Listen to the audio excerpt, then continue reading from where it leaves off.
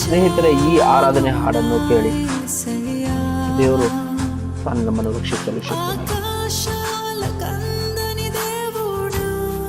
Amen. మాటలతో చెప్పలేని వాడా, ఆగకుండా నిన్నే పాడదను ఇప్పుడు ఎప్పుడు యుగ యుగములు. నన్ను నడిపే నీ చేయి చాలు, నన్ను కాపాడే నీ ప్రేమ చాలు.